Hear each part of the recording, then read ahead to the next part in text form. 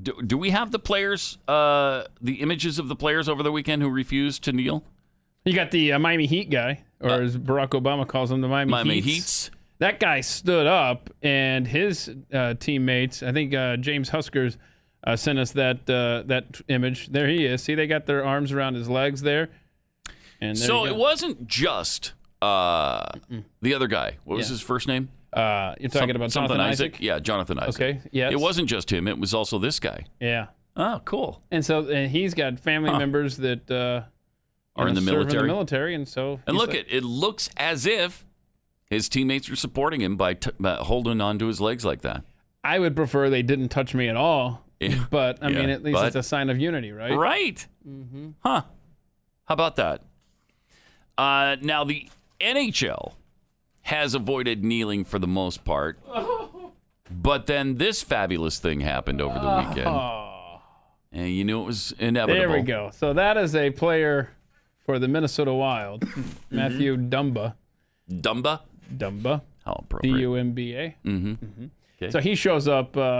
Everybody's now into hockey. Yay! Hockey respects the flag. And the Blackhawks and Oilers getting ready to play on a nationally televised game on NBC, and out walks Matthew Dumba from the Minnesota Wild and gives like a 3-minute lecture on race in America.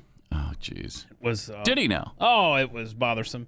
So he's kneeling there during the American national anthem, but promptly stands up when the Canadian national anthem is played. That's his home country, by the way, Canada. Okay, that sucks. Yeah. That is... And I don't know if systematic racism is the same as systemic racism. No, it is not. Okay, because that's what he kept saying in his little speech. Systematic, yeah, systematic, I hate that. That drives me nuts. The systematic racism that he abhors. He is a resident. He's a Canadian. He is a citizen of a country systematic would mean like step by step. Step by step. You're doing it gradually. Okay. Systemic means that it's built into the system.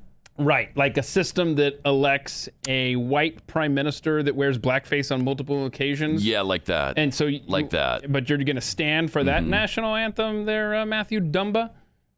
Yeah. And I would like to also talk about the systemic racism of he lives in the United States of America up there in Minneapolis, where he earns $5.2 million a year to play a game. Oh, this damn country. Right? I hate this country. No wonder he hates this country. He should be angry. He's only making $5.2 million a year to skate around and play hockey. I'm telling you, he's virtually a slave.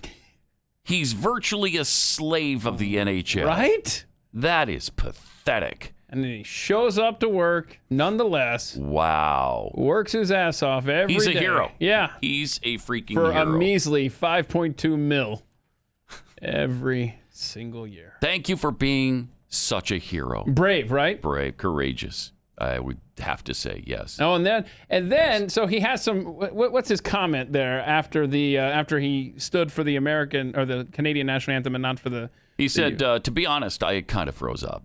I know why I knelt. It wasn't a sign of disrespect by any means. Oh, really?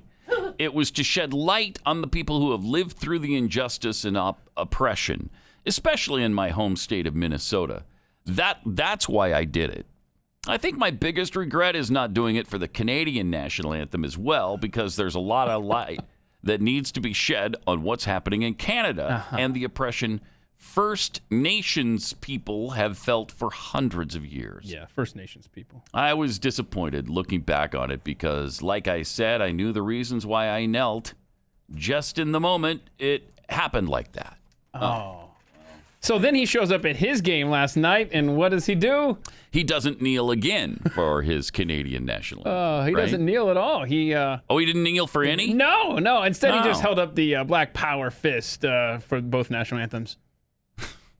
Okay. That's what he ended up Thank you, Matthew. Doing. That's great. Very aptly named, Matthew Dumba. That's great. That's perfect. So there is no haven, like Charles Barkley said.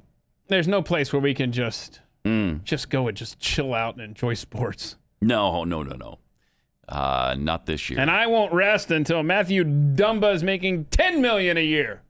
Right? Or what do you think? 20, 20 million. 20 million a year. I won't rest until Matthew Dumba is making 50 million a year. 50 million a year. Until he's the highest paid sports personality in the history of the world. History. He deserves it. 100 million a year. Are we on board with that? Sure. 100. I will not rest until Matthew. Will there be justice if he makes 100 million a year? No, there won't. They'll still be whining about something. 888-900-3393.